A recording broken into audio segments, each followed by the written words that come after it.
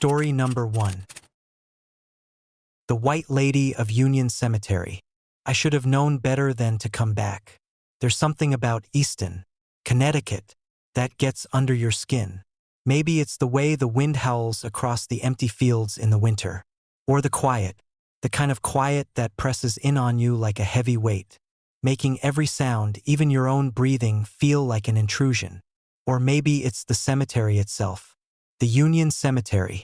I've been back to this place more times than I care to admit. But tonight felt different. The air was colder than usual, biting and raw, as if the wind itself was warning me to stay away. The cemetery, as always, was covered in a thin layer of snow that made it look like a scene from a ghost story. Stark, white, and haunted, the gravestones loomed, weathered and cracked, like old sentinels standing watch over the dead. It was the kind of place that should be avoided after dark.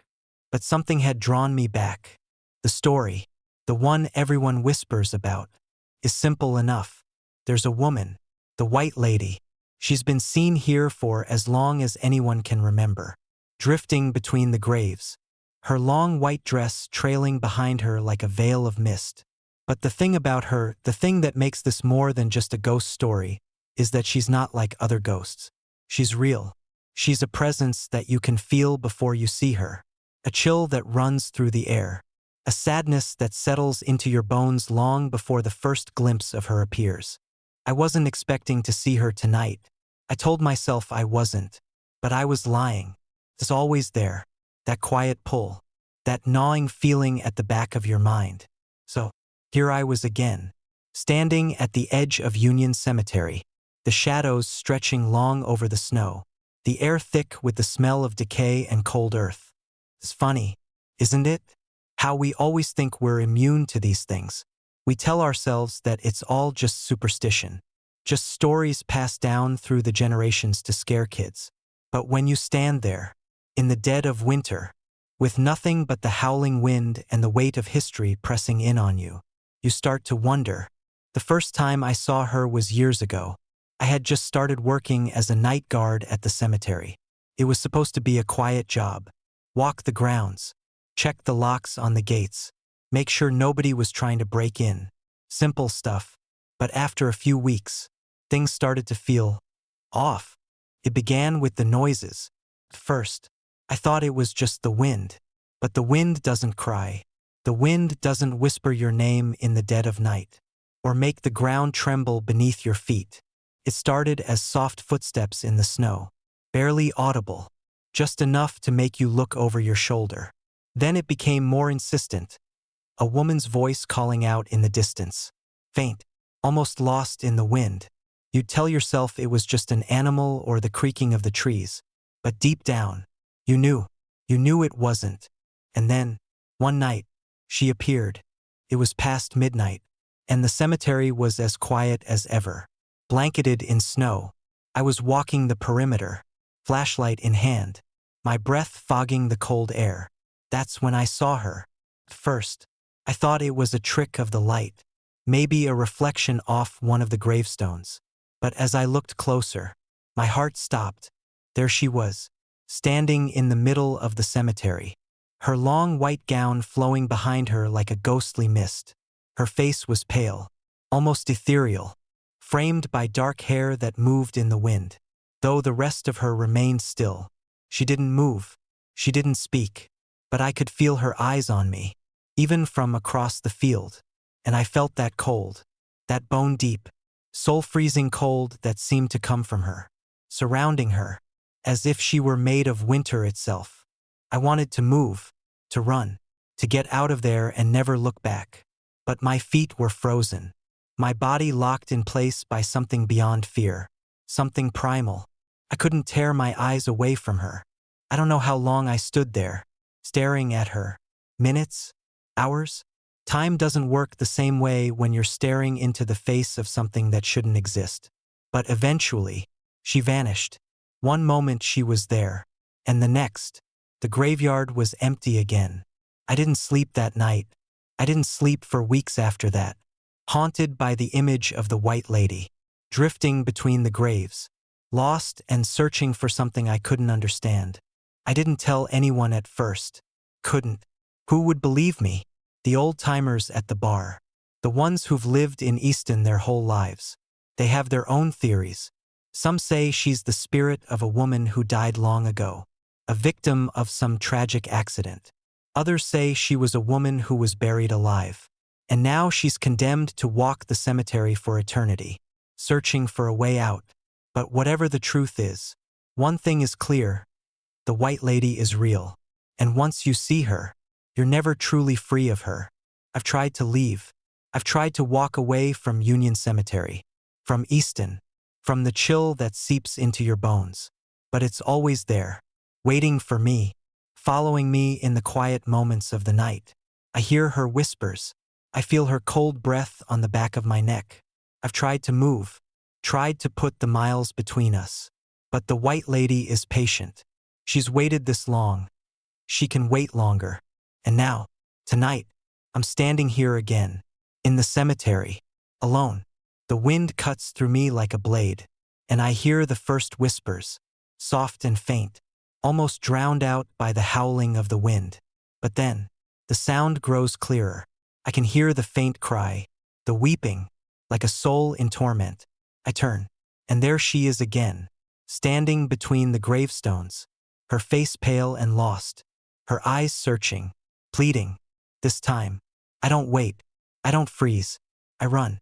But as I flee, I know it's useless, because the White Lady, the ghost of Union Cemetery, doesn't chase you. She doesn't need to. She's already inside you, and she'll be with me, always, just as she's been with everyone who has seen her before. No matter how far I go, no matter how much I try to forget, the cold, the whispering, and the woman in white will be waiting for me, because once you've seen her, once you've felt her, there's no escaping the White Lady. And now, like every other fool who's dared to enter Union Cemetery, I'm trapped. Story number 2. The Shadows of Sleepy Hollow Cemetery. I never thought I'd find myself back in Sleepy Hollow.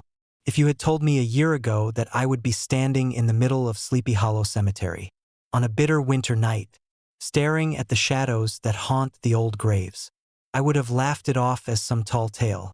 But here I am, standing on the frozen ground, the snow falling in thick, heavy clumps, and the air colder than anything I've ever known. It's the kind of cold that cuts to the bone, that makes you feel like the world is closing in, and you're trapped between dimensions, just waiting for something to snap, to pull you into the darkness. Sleepy Hollow was never a place I imagined I'd return to, but sometimes, the pull of the past is too strong, and sometimes, the ghosts of old legends have a way of calling you back. The first time I came to Sleepy Hollow was years ago, when I was just a young reporter hungry for stories. I'd heard about the cemetery, the famous resting place of Washington Irving, the author of the legend of Sleepy Hollow. But the story that stuck with me wasn't about Irving. No, it was about the strange occurrences that were whispered about the place, the shadows that danced between the graves, the figures that appeared when the moon was high and the wind was still. I had laughed it off back then. But now, standing on that same hallowed ground, I wasn't laughing anymore. The cemetery had a strange pull, something you couldn't explain with logic or reason. There were no sounds, no birds, no rustling trees, just the quiet hiss of the wind and the sound of my own breath, sharp in the cold night air. The snow was a thick, soft blanket over the graves, making the place look almost peaceful, as though it had been frozen in time. But I knew better. I had to see for myself. I had come back, not for the story I thought I was chasing, but for something else, something far darker. I had been hearing the rumors, people claiming to see figures walking between the graves late at night, their forms only half visible in the mist. Some said they were the spirits of the past, the dead unable to rest, forever wandering the cemetery, looking for peace. Others claimed they were nothing more than tricks of the light, the shadows playing games with the eyes of the living. But it wasn't the kind of thing you could ignore, not once you'd heard it enough times. I had to see the shadows for myself. As I walked deeper into the cemetery, the moonlight began to fade behind thick clouds. The air grew colder still, and my breath came in sharp, painful bursts. The stillness was oppressive, the silence almost too much to bear. But there was something else, something that gnawed at the edge of my mind, something wrong. I could feel it. I paused, looking around, scanning the gravestones that rose out of the snow like ancient sentinels. Their names, faded with age, stood silent and cold in the dark, the letters barely legible. As my eyes drifted over the old markers, something caught my attention. A figure. It wasn't a person. Not in the way you'd expect. It was too tall, too thin, too off. I blinked, rubbed my eyes, thinking it was just a trick of the light. But when I opened them again, the figure was still there. It moved slowly, deliberately between the rows of gravestones, its shape too indistinct to make out clearly. But I could feel its presence, like it was waiting for something. My heart began to race, my instincts screaming at me to turn and run. But my legs wouldn't move. It was as if I was rooted to the spot by some unseen force. And then, I heard it. A whisper, soft, almost inaudible, like the wind carrying a voice from another world. It was too faint to understand, but I could feel it in my bones. The hairs on the back of my neck stood up, and the air grew colder still. "Help us," the voice seemed to say, but it wasn't just one voice. It was many, echoing through the graveyard, bouncing off the stones, filling the air with an almost tangible weight. I looked around, but there was nothing, just the snow, the graves, and the creeping shadows. And that's when I saw them. The shadows. They weren't just one figure anymore. There were several, moving between the graves, their forms faint, flickering in the moonlight like smoke. They were tall, thin, and appeared to glide more than walk, their bodies barely touching the ground. Their faces were obscured by the darkness, but I could feel their eyes, cold, lifeless, watching me, waiting. I wanted to run, to escape, to leave this cursed place behind. But I couldn't. I was paralyzed, my body frozen by the cold, by fear, by something more than just my imagination. The shadows grew closer, and the temperature dropped even further. I could see my breath now, clouding in the frigid air. My hands were numb, my feet frozen to the ground. I couldn't move, couldn't breathe. And then, the voice came again, clearer this time. "Come with us." It wasn't a plea. It wasn't a request. It was an order, command, cold and final. I didn't know who or what was speaking, but I could feel its presence all around me. It was as though the cemetery itself had come alive, and the dead were calling to me, beckoning me to join them in the darkness. In that moment, I realized something terrifying. These weren't just the shadows of the dead. They were the dead themselves, trapped between worlds, unable to move on, wandering the cemetery forever. And now, they were trying to pull me into their nightmare. I could hear their footsteps now, soft but persistent, moving closer, getting louder. I felt a hand, cold, clammy, like death itself, brush against my arm. And I gasped, stepping back in horror. I looked around.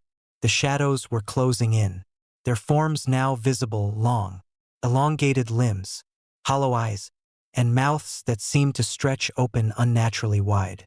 Their faces were nothing but pale, gaunt masks, their eyes empty pits that seemed to swallow all light. I could see the ground beneath them, the snow, twisting and warping as if the earth itself was bending under their weight. I turned, finally breaking free of my paralysis, and ran. I ran like I'd never run before, through the snow, through the graves, past the old stone walls, not daring to look back. My heart was pounding in my chest, my breath ragged and sharp, my mind filled with panic. But as I reached the cemetery gates, something stopped me, a cold gust of wind, presence behind me. I didn't turn around, couldn't. I knew what was there. I could feel it. I kept running, and I didn't stop until I was back in my car. The doors locked, the engine roaring to life as I sped away from Sleepy Hollow. But I'm telling you this now because I know something you don't. The shadows are still there, waiting. They never left. And no matter how far I drive, how fast I run, they'll always be with me, because some stories aren't meant to be told, and some places are better left alone. Story number 3. The Ghost of Bachelor's Grove. I've always been the type of person who doesn't scare easily. I grew up in a small town in Illinois, where ghost stories are as common as the air we breathe.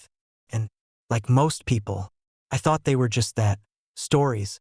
That was until I found myself standing in the dead of winter, in the middle of Bachelor's Grove Cemetery, staring into the abyss of something far darker than I could have ever imagined. I'd heard the tales. Of course, who hadn't? Bachelor's Grove was notorious, even for people who didn't believe in the supernatural. But I was a reporter. I was here for the truth, or at least, the story. They say every legend has a kernel of truth, but I never thought I'd be the one to find it. The air that night was colder than I'd ever felt before, cut through the layers of my jacket like a blade. The wind sharp and biting. The cemetery was buried in snow, its grave markers half hidden under drifts, casting long, skeletal shadows across the grounds. Everything felt still, as though the earth itself was holding its breath. The only sound was the crunch of my boots against the frozen ground, each step muffled, as though the world itself didn't want to be disturbed. But I had a job to do. I had come to uncover the truth behind the legends. Bachelor's Grove wasn't just any cemetery. It was a place where people had seen things, strange things, unexplainable things, the kind of things that kept you up at night, wondering if you had really seen them, or if your mind had played tricks on you. I had a camera in hand, the lens pointing toward the gravestones, as I tried to capture the eerie quiet that seemed to blanket the cemetery. The moon was full, hanging high above like a cold, distant eye, casting a pale light over everything. There was something unnatural about the way it illuminated the snow, turning the graves into ghostly white shapes that seemed to move just beyond the corner of my vision. I was standing near the old, crumbling stone wall that lined one side of the cemetery when I first noticed it. The light. It was faint at first, just a flicker. I thought it was nothing more than a trick of the snow, the reflection of my flashlight bouncing off something. But then it came again, a faint glow, drifting lazily between the gravestones, weaving in and out of the dark, like a distant lantern being carried through the fog. I stopped breathing. I didn't even realize I was holding my breath. But something deep inside me told me this wasn't just a trick of the light. This was something else. Something wrong. I began walking toward it, my feet crunching against the snow, every step sending a sharp, hollow echo through the silent cemetery. The light grew brighter as I approached, but it was still distant, shifting, moving between the gravestones. I thought for a moment that I might be walking toward someone, another soul, another curious traveler. But as I drew closer, the light began to fade, and I realized that I was utterly alone. That's when I heard it. A soft hum, a low sound, like an engine idling, just barely audible above the wind. It wasn't the sound of a car from the road. No. This sound was coming from within the cemetery, from the heart of it. My pulse quickened. My breath turned to steam in the frigid air. The hum grew louder, more distinct, and with it came the unmistakable sound of wheels on gravel, the metallic rattle of old tires, rolling across the frozen earth. I turned sharply, my heart racing. I thought I saw something moving, a shadow, a shape, but it was no person, no figure standing there in the cold, watching me. No, it was something else, something worse. I saw it then, the car. It wasn't a modern car. It was old, a vintage model, maybe from the 1930s or 40s. Its dark, polished body gleamed under the moonlight, and the headlights cut through the darkness like twin eyes. It glided smoothly across the cemetery, its engine humming low and steady. But there was no one at the wheel, no driver, nothing but the faint glow of the headlights cutting through the night. I froze, My instincts screamed at me to run, to get out of there before it was too late. But my feet wouldn't move. My body was locked in place. My eyes glued to the car as it rolled past me. Slowly, deliberately, as though it was searching for something. The headlights flickered, and for a moment, I thought I saw something in the back seat. A shadow. But it was gone before I could focus on it. The car rolled past, heading toward the farthest corner of the cemetery. And then it was gone, vanished, just like that, as if the very earth had swallowed it up. I stood there for what felt like an eternity, my heart hammering in my chest, my breath coming in shallow gasps. The cold was unbearable now, seeping deep into my bones. I had to get out of there. I had to leave. But something kept me rooted to the spot, a feeling deep in my gut that something was still out there, watching me. I turned slowly, my eyes scanning the gravestones, the empty spaces between them. That's when I saw it, the shadow. It was standing behind one of the headstones, just a flicker in the corner of my vision. But this time, it wasn't a car. It wasn't a trick of the light. It was a figure that was moving, walking slowly between the graves, its form indistinct, blurry, like a mist that couldn't decide if it was real or not. I tried to move. I tried to run, but my feet felt like they were stuck in the snow, frozen to the ground. The figure stepped closer, and that's when I saw it clearly, a woman, but not a woman like you or me. Her skin was pale, too pale, her eyes dark and hollow, like black pits that could swallow you whole. She was wearing a long, flowing dress, tattered and torn at the edges, her hair flying around her face as if caught in an invisible wind. And as she stepped closer, I felt a chill run through me, a deep, unnatural cold that came from nowhere. "Help me," she whispered, her voice faint, a wisp of sound that barely reached my ears. "Please, help me." I couldn't speak. I couldn't move. I stood there, frozen, as the woman reached out toward me, her fingers long and thin, like bone, stretching toward me, inch by inch. I could hear the sound of the wind picking up around me, the rustling of the trees, but it was as if her voice was the only thing that mattered now. She was getting closer, her breath misting in the air, colder than anything I had ever felt. "Please, help me." I tried to scream. I tried to run, but the air was thick, like molasses, and my legs refused to move. The woman was right in front of me now, her face inches from mine, her eyes wide and empty, staring into my soul. And then, just as I thought I would lose my mind, she stopped. She looked at me one last time, a faint smile curling on her lips, and then, without another word, she vanished like smoke, disappearing into the night. The air felt lighter suddenly, the oppressive weight lifting from my chest. I took a step back, then another, and another, until I was running from the cemetery, from whatever I had just witnessed. I didn't stop until I was in my car, driving away, my hands shaking on the wheel, my mind a blur of fear and confusion. I don't know what I saw that night. I don't know if it was real, if it was just my mind playing tricks, or if Bachelor's Grove really is a place where the dead refuse to rest. But I know one thing for sure. Some stories are best left untold, and some places are better left alone. Story number 4. The Devil's Playground at the Pioneer Cemetery. There's a place, deep in the southwestern United States, where the wind whispers secrets and the ground never seems to settle. It's a place that holds its breath in winter, when the air turns so cold it feels like it could freeze time itself. This place is known by locals as the Pioneer Cemetery, but if you're foolish enough to listen closely, you might hear it called something else, something darker. They call it the Devil's Playground. I didn't believe in ghosts. At least, I didn't, until that winter night when I found myself standing at the gates of Pioneer Cemetery, feeling the weight of something far worse than the cold pressing against me. I was a journalist, just another stranger looking for a story. I had heard the rumors.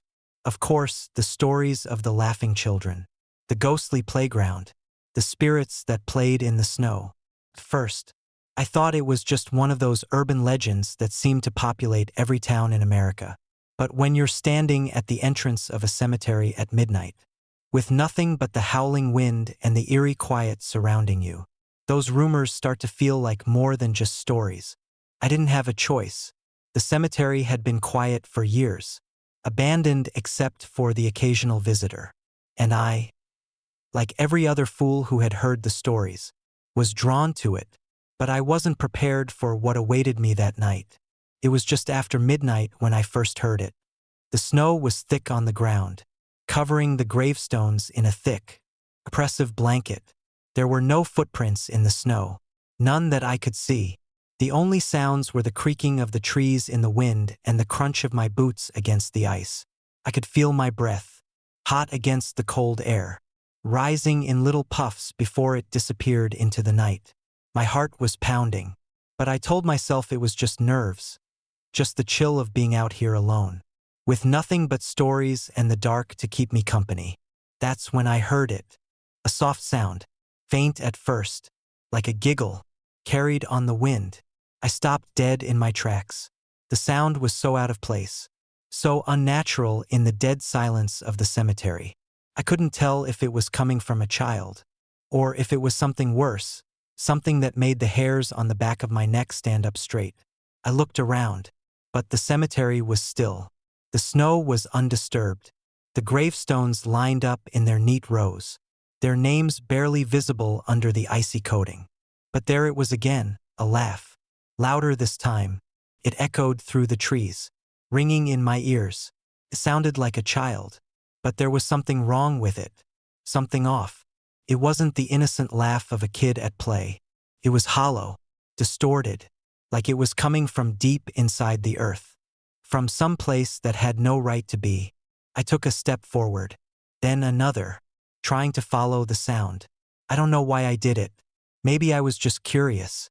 Or maybe it was the kind of madness that takes hold of a person when they're far too deep in the dark to turn back. But as I moved further into the cemetery, the laughing grew louder, and the air grew colder.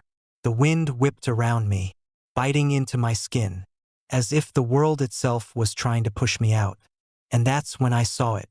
At first, I thought it was just a trick of the light, the way the snow had drifted into the shape of a playground, the way the shadows cast strange shapes across the gravestones.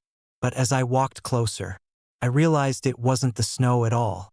It was a playground, a swing set, a set of seesaws, a slide, all covered in snow. And yet, the rusting metal gleamed under the pale light of the moon. It looked wrong, somehow like it didn't belong here, in the middle of a cemetery. But what disturbed me even more was the sound. The laughing. It was unmistakable now. The sound of children playing, running, shouting in joy. But there were no children in sight. No one on the swings, no one on the slides, just the laughter, ringing out through the cemetery like a mocking reminder that something had gone terribly wrong. I stopped in my tracks. My pulse was racing. I could feel my skin prickle, like something was watching me, something far worse than the cold or the wind. And that's when I noticed the footprints. They were fresh, too fresh, and they led right to the playground. They were small, child-sized, but there was something wrong with them. The footprints seemed to disappear as they reached the swing set, as if whoever made them had simply vanished into the air. There were no other signs of life. Nothing to explain how the swing could move back and forth without a hand on it. I wanted to run. I should have. I don't know why I didn't. Maybe it was the need for the story. Maybe it was the need for answers. But I moved closer to the swings. As I approached, the air grew colder still. My breath came in ragged gasps, the cold settling in my chest like ice. The laughter grew louder, more frantic, more intense. It felt as if the ground beneath my feet was vibrating with it. I could hear the wind picking up, howling around me like a creature in pain. But the laughter didn't stop. I reached out to touch the swing. I had to. It was as if something inside me was compelling me, forcing me to make contact with it. My fingers brushed against the cold metal. For a moment, nothing happened. The swing didn't move. The laughter didn't stop. It was just quiet. And then, the swing moved. It was slow at first, almost imperceptibly so, but it began to rock back and forth. The chains creaked under the pressure, the snow around it shifting as if someone had just pushed it. The laughter stopped. Dead silence. I turned to run. My heart was in my throat, pounding so loud I couldn't hear the wind anymore. I took 2 steps, then 3, but before I could reach the gates, I heard it again, the laughter, but this time, it was right behind me, in my ear, close enough that I could feel the breath, cold and wet, against my skin. I didn't look back, couldn't. I just kept running, my feet slipping in the snow, my heart screaming in my chest. When I finally reached my car, I didn't hesitate. I slammed the door behind me, turned the key in the ignition, and drove faster than I had ever driven in my life. I never went back to that cemetery. Not once. I never spoke of it to anyone, either.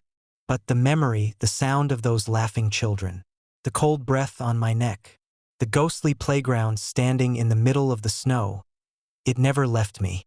And I know now, deep down, that it wasn't just the wind.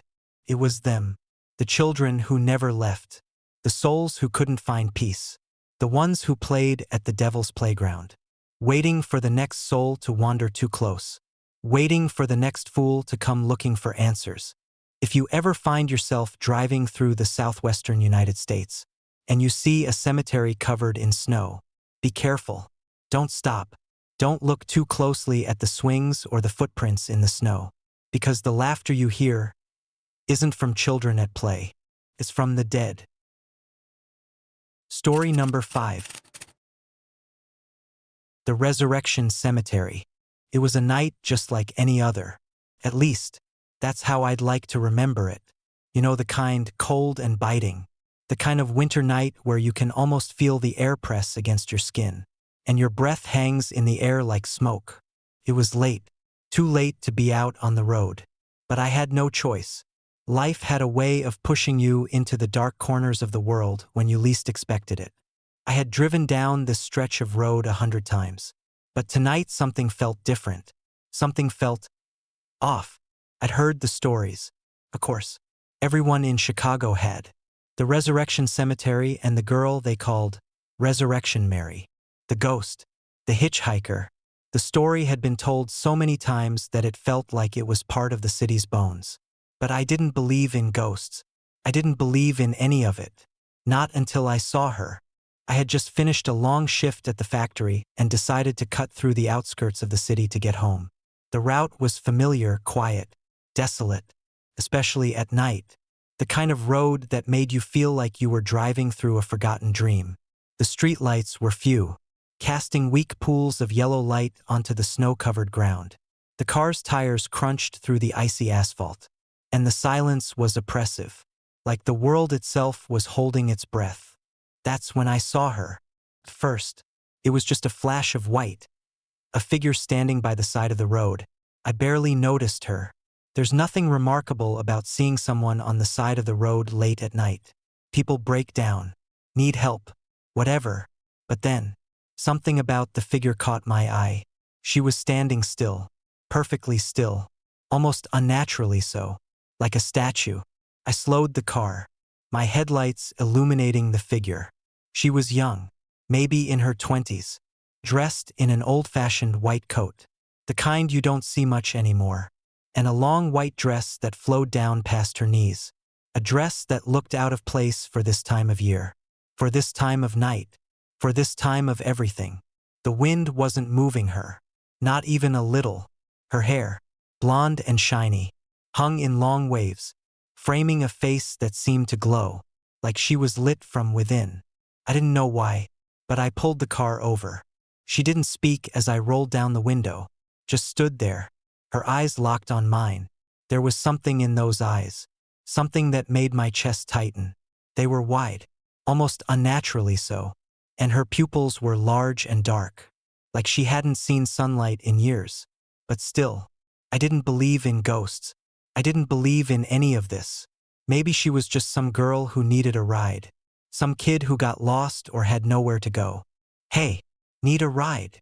I asked, my voice a little too loud in the silence. She didn't hesitate. She didn't flinch.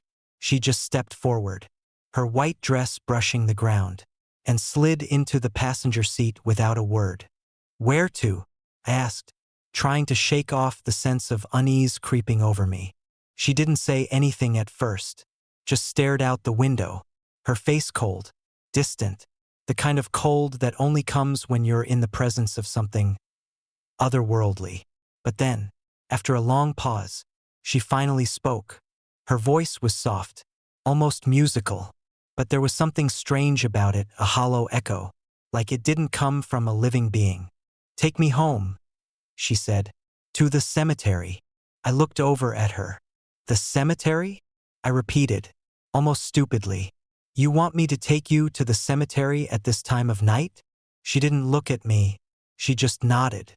"Yes, please. It's where I belong." There it was again. That feeling. Something was wrong. But I couldn't say no. Something in me, something deeper than logic, told me I had no choice. So, I started driving. The road seemed endless, the miles stretching out in front of me like a dark abyss. The snow was falling heavier now, swirling around the car in a blinding haze, making it difficult to see much beyond the headlights. I glanced over at her once more, but she was still staring out the window, her hands folded in her lap, perfectly still. Her face was pale, almost ghostly, and though she looked so real, so solid, there was something in her presence that felt wrong. The car seemed to grow colder, the kind of cold that sinks into your bones, the kind that feels like it's coming from somewhere deep within the earth itself.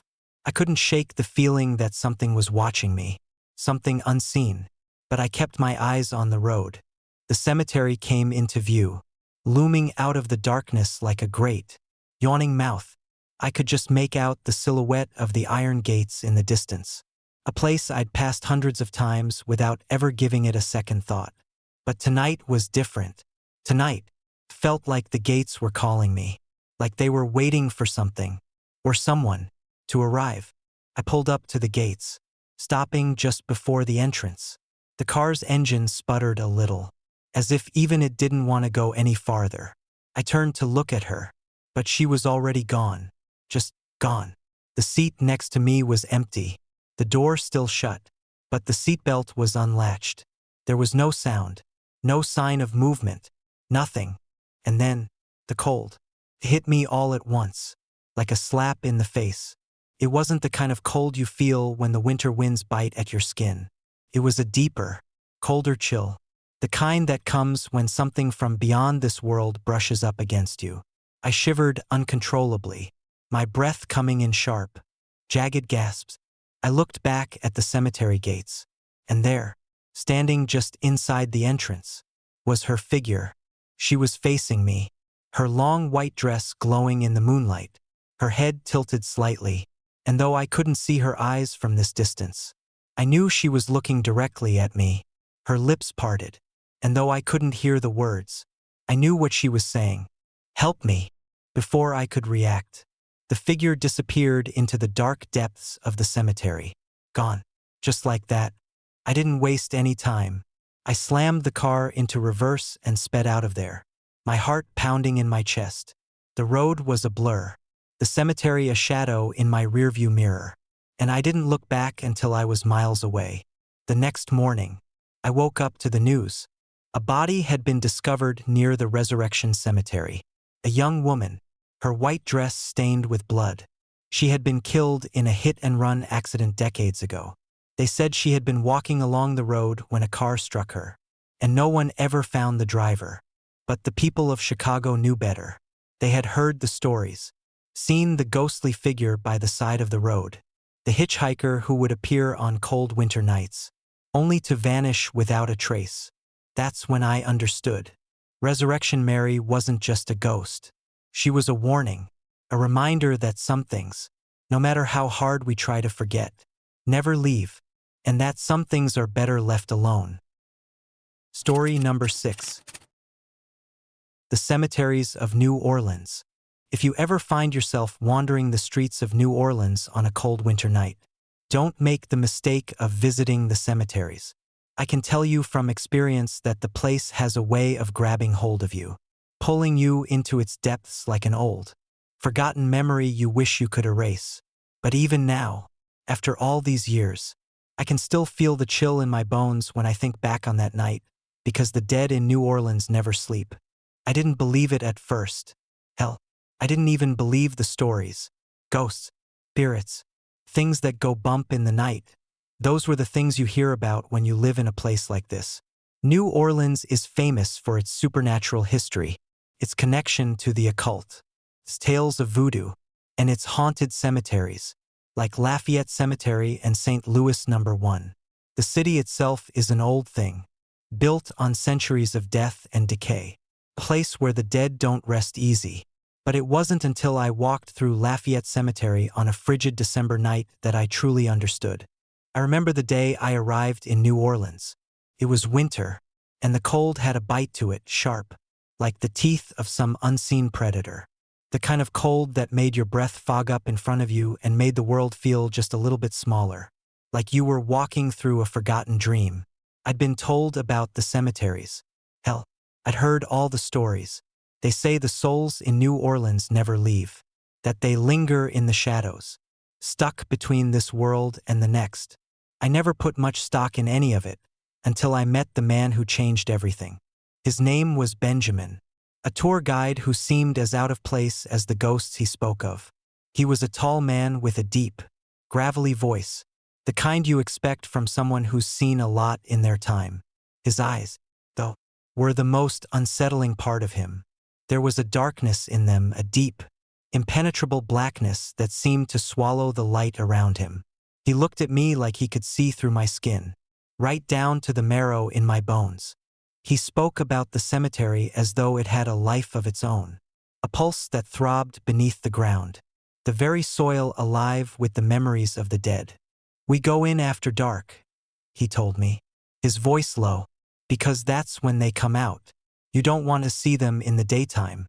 Trust me on that." We'd met in a small cafe near the French Quarter, a place heavy with the smell of beignet and the hum of jazz in the background. He spoke like a man who had lived through something, the kind of thing you don't talk about unless you're forced to. So I agreed to go with him, though a part of me, deep down, wished I hadn't. That night, we set out under the cover of darkness, our footsteps muffled by the thick layer of fog that rolled in from the Mississippi. The streets were eerily quiet, the kind of quiet you only find in a city that has seen more than its fair share of death.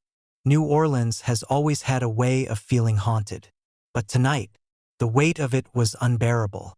The closer we got to the cemetery, the more the air seemed to thicken, like it was pressing down on us, making it harder to breathe. When we reached Lafayette Cemetery, Benjamin stopped at the gates, his eyes scanning the shadows. I didn't see anything, but the hairs on the back of my neck stood up. There was something off about the place, something that made the hair on my arms prickle. The cemetery was a labyrinth of old tombs, their stone faces weathered by time, cracked and leaning at odd angles. There were no streetlights, just the faint, pale glow of the moon filtering through the branches of the skeletal trees. The wind howled through the tombstones, making the whole place feel alive in a way that made my stomach twist. Benjamin didn't speak as we entered, but I could hear his breathing, slow and deliberate, as though he were listening for something just beyond the reach of the dark. We walked for what seemed like an eternity through the narrow paths, passing by crumbling mausoleums and the skeletal remains of forgotten families. The air grew colder with every step, the temperature dropping as though we were descending deeper into the earth itself. And then, just as we passed a particularly old tombstone, I heard it, a whisper, low, soft, almost too soft to hear, like the rustle of dead leaves. "Help me!" I froze. The sound came from just ahead, but when I looked, I saw nothing but empty graves and shadows.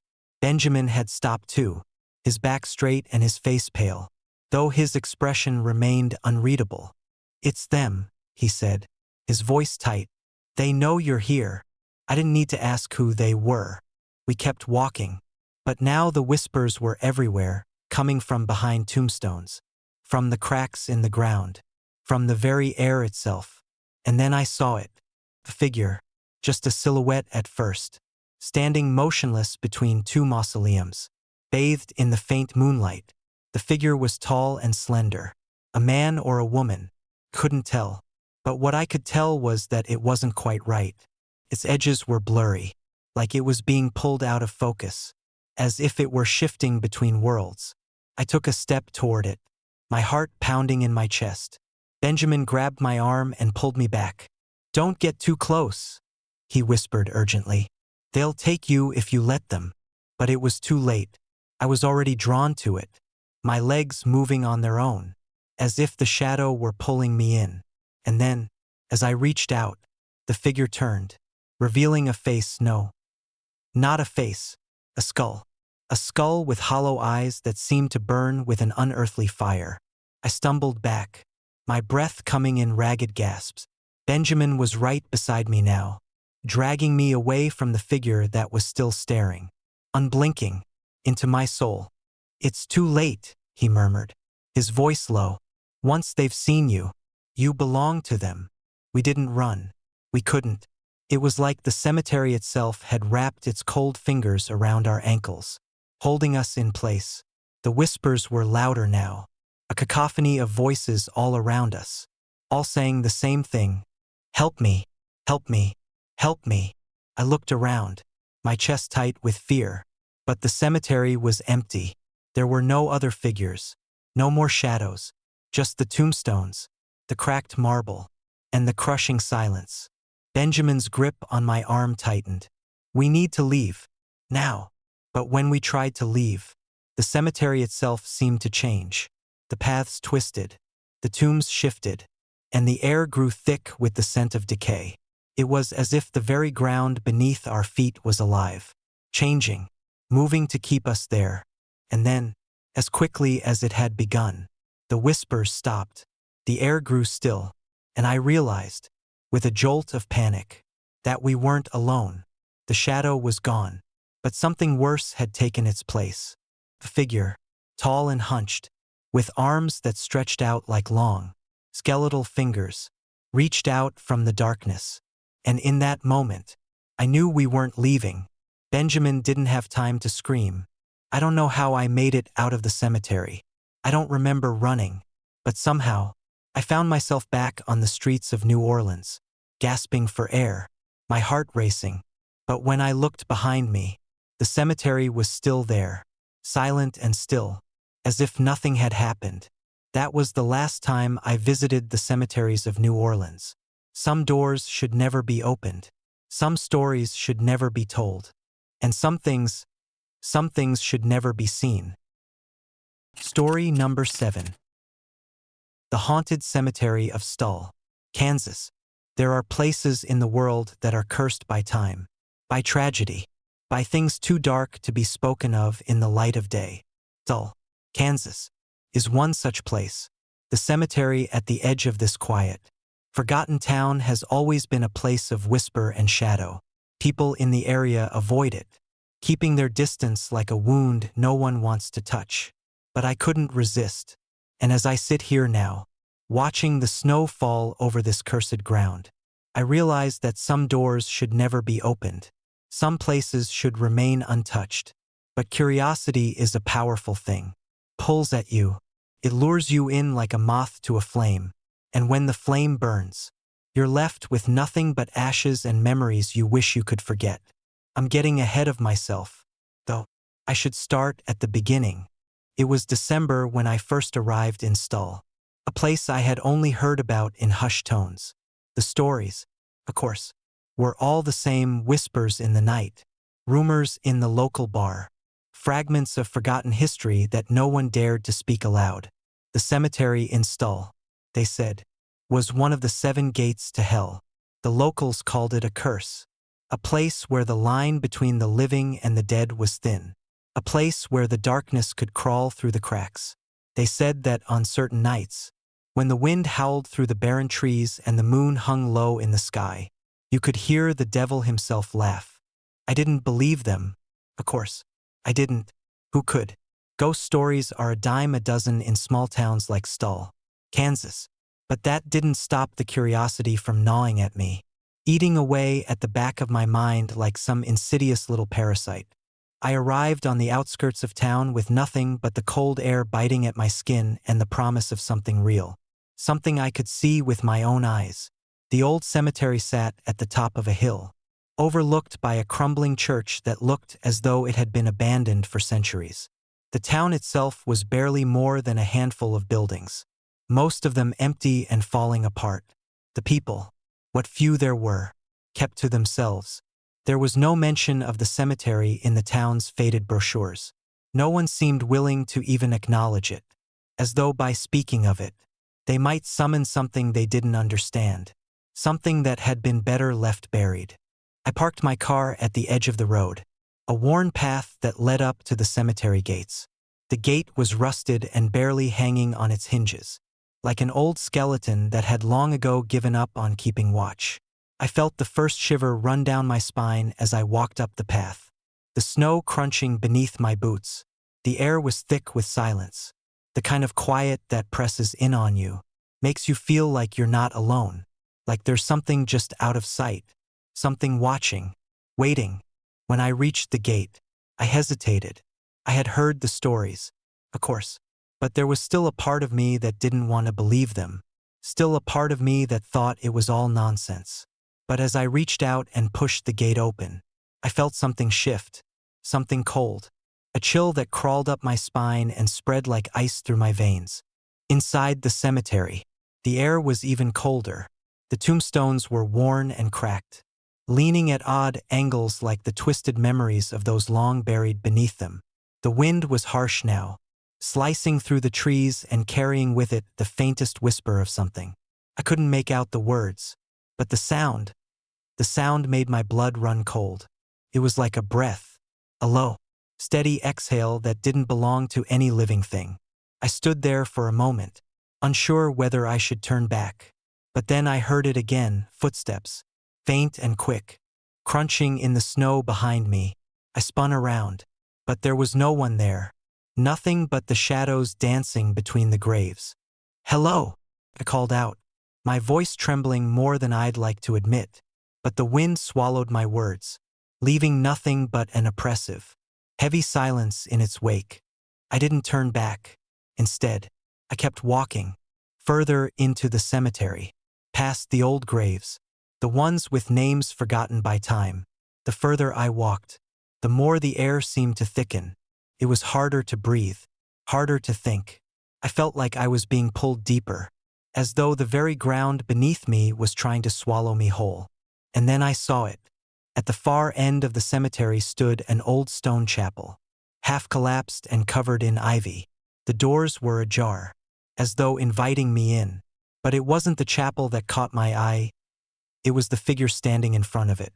A man, or what looked like a man, standing motionless in the snow.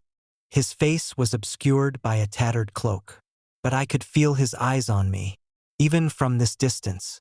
His presence seemed to suck the warmth out of the air, leaving only the biting cold behind. I froze, my breath caught in my throat. I knew I should turn and leave, that this was no place for someone like me. But some twisted part of me, wanted to see, wanted to know. So I took a step forward. And that was when the wind picked up, howling through the trees like the scream of something ancient, something that should have stayed buried. "Get out," a voice whispered. It wasn't loud, but it was clear. It was coming from everywhere and nowhere at once, curling around my mind like a noose. "Get out before it's too late." I spun around, heart hammering in my chest. But there was no one behind me, no one in sight. The cemetery was empty again, silent. But the voice, that damn voice, was still there, echoing in my skull. My legs were shaking now, and the snow beneath my feet felt like it was pulling me down. I wanted to run, but my body wouldn't obey. I was rooted to the spot, trapped by the weight of the air, by the feeling that I was no longer alone. And then, from the corner of my eye, I saw it. A shadow. A figure moving between the tombstones, just beyond the reach of the pale moonlight. At first, I thought it was just my mind playing tricks on me. But then I saw it again. Closer this time. The figure was tall. Too tall for a man. Its movements were jerky, like a marionette whose strings had been pulled too tightly. I opened my mouth to scream, but no sound came out. The shadow grew closer, its shape becoming more defined, its features clearer. It had the face of a man, but its eyes were black as coal, empty and hollow. And behind that face, there was something else, something ancient, something evil. I could feel it pressing against me, trying to squeeze its way into my soul. I wanted to run, but I couldn't move. The air was thick now, suffocating. I felt the weight of the shadow pressing in on me, crushing me. And then, just when I thought I couldn't take it anymore, the figure stopped. It didn't say anything. It didn't need to. It just stood there, watching me, waiting. And I knew, deep in my gut, that if I stayed any longer, I would never leave. With every ounce of strength I had left, I turned and fled. My boots pounded against the snow, my heart racing, my mind screaming at me to get out. And as I ran, I could hear it, the sound of footsteps behind me, the sound of something following, always just a step behind. I didn't stop running until I was back at my car, breathless and shaking. I didn't look back. And when I finally pulled away, my hands gripping the steering wheel so tight my knuckles were white, I knew one thing for sure. The cemetery of Stull wasn't just a place of death. It was a place where something else lived. Something ancient. Something that would never let you go. And now, it was following me. But that's a story for another night.